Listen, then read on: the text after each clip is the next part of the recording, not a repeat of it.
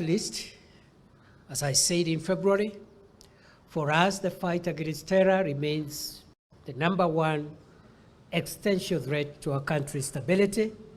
I am happy to report with a lot of confidence that our agencies responsible for our internal, in collaboration with and with the support of the Kenya Defence Forces at the borders and beyond our borders, have been able to keep the threat of terror away from our territory, as has been the case before. It has costed us huge sacrifices in terms of our officers and our vigilance, but I am happy to report that we remain on top of that war.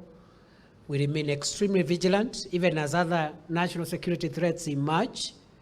We remain focused to ensure that our country does not provide a room for evil people, terrorists, to hurt us the way they have hurt us in the past in this country.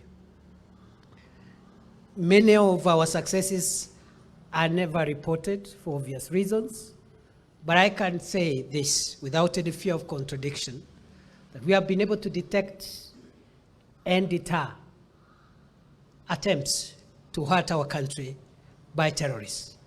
And I'm very proud of our security forces, especially those that are involved in counter-terrorism measures, for remaining focused, professional, patriotic, and delivering the results that we are all seeing.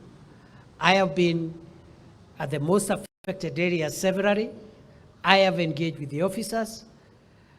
We want to continue to provide leadership, all of us, together with my colleagues here, to all our officers engaged in counterterrorism, to commend them when they do a good job, to assist them, to give them moral support, to make sure that our country remains a safe country for all of us. Other than that,